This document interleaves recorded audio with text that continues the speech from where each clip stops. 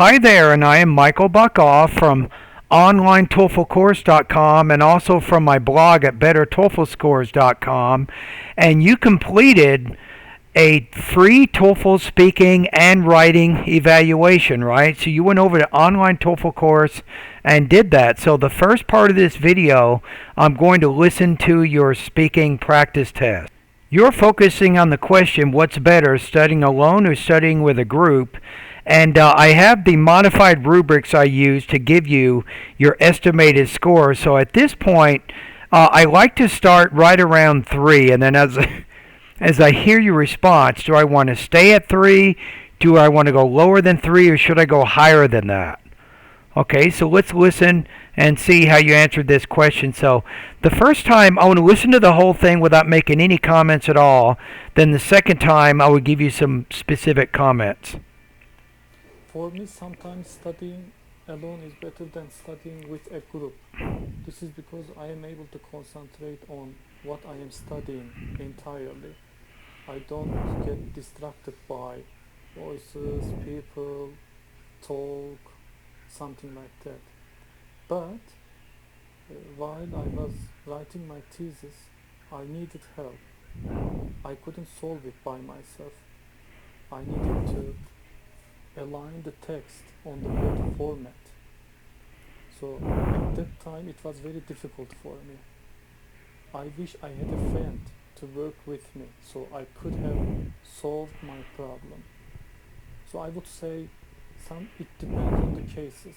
When I study alone, I can concentrate, but when I need help, I need someone to help me. That's why I say. Okay, so I think I got a pretty good idea here. I'm going lower than 3. I'm going to put you at 2.6 out of 4, 20 points out of 30. So I think your strategy, if you want to talk about you studying alone and studying with a group, then you want to frame that in the beginning. You might say, when completing assignments, I prefer to study alone and study with a group. Right? So then you talk about one advantage of studying alone, then you talk about one advantage of studying with a group, and I think that would create a little bit better organization of ideas there. Let's listen to it again. It depends on the case.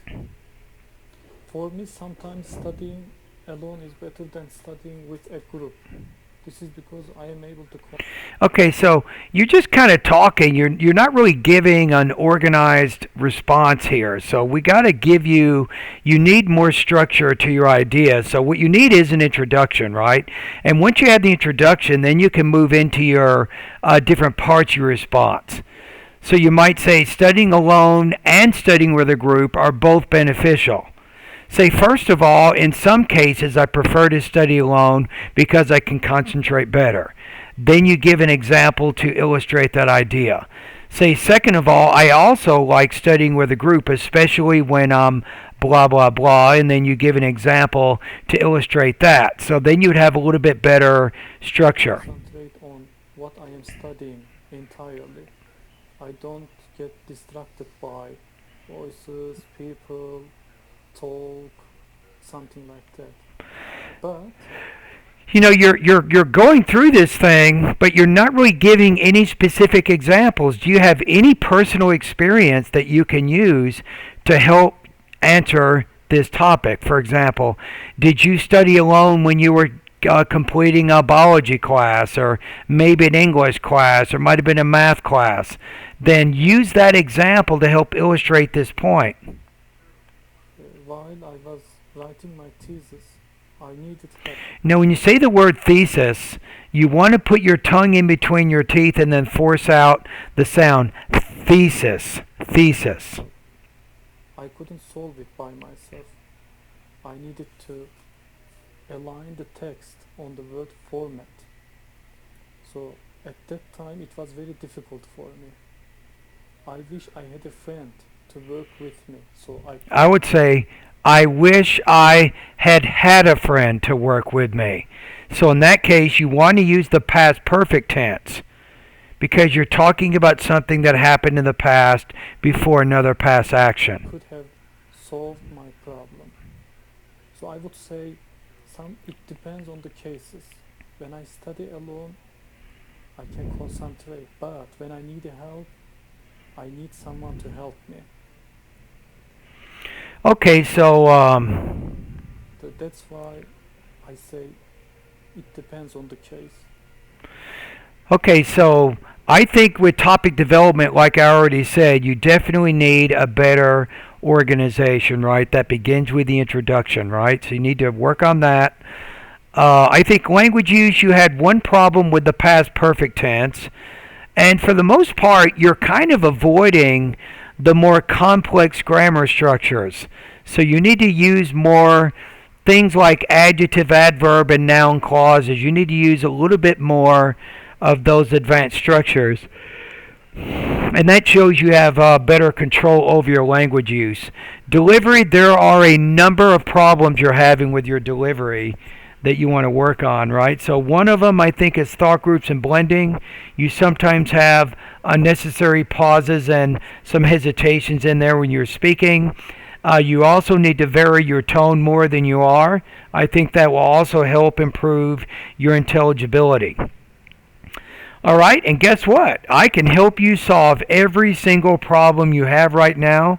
I can help you improve your estimated score of 20 points. I can definitely get you over the edge of 26 to 27 points. Now, it may take a few months, but I can definitely help you achieve your goal. Yeah, hi there again. I'm looking at your writing right now, so I put you at 3.75 out of 5, or 24 points out of 30. So my first suggestion here is the thesis. You say this is because if they get paid as to how much students learn, then you want to say, comma, teachers will have a lot of positive impacts on themselves, students, and schools which they work for. But probably you can be even more specific. You can say paying teachers according to student learning leads to the teacher's self-improvement, and then the school's overall performance, or an improved performance and scores overall or something. So you can take these two ideas and incorporate them into the thesis here. That would be my first suggestion. Now, and then I think your topic sentences are pretty good. Your examples are pretty good.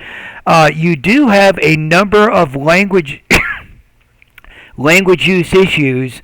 And if you use my TOEFL private lesson service, I will correct every single sentence in all the essays that we talk about in our private lessons, by the way. So I'm going to just point out two here.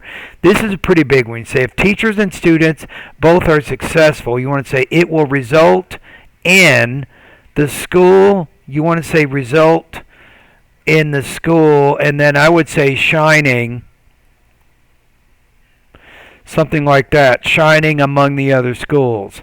Or you say, that's why I think that teachers should not be given a fixed salary. Maybe here, instead of the comma, so you avoid a comma splice, put the semicolon or a period. Or you can say, they should not be given a fixed salary, comma. You could maybe put a comma and then put so. So sometimes you have these sentence structure errors. In the last paragraph, it's a comma splice error. Or you have other problems with, in that second to the last paragraph, using what's called, you had a missing word, a preposition, and then I think the gerund works better after that preposition, so that's why I made that change. So by eliminating some of those grammatical errors and improving your organization, I definitely think that you can score higher, but still, I gave you a pretty high score, 375 out of 5, 24 points out of 30, because definitely you have a lot of positive things going on in your writing. That's why I scored it the way I did. All right, thank you.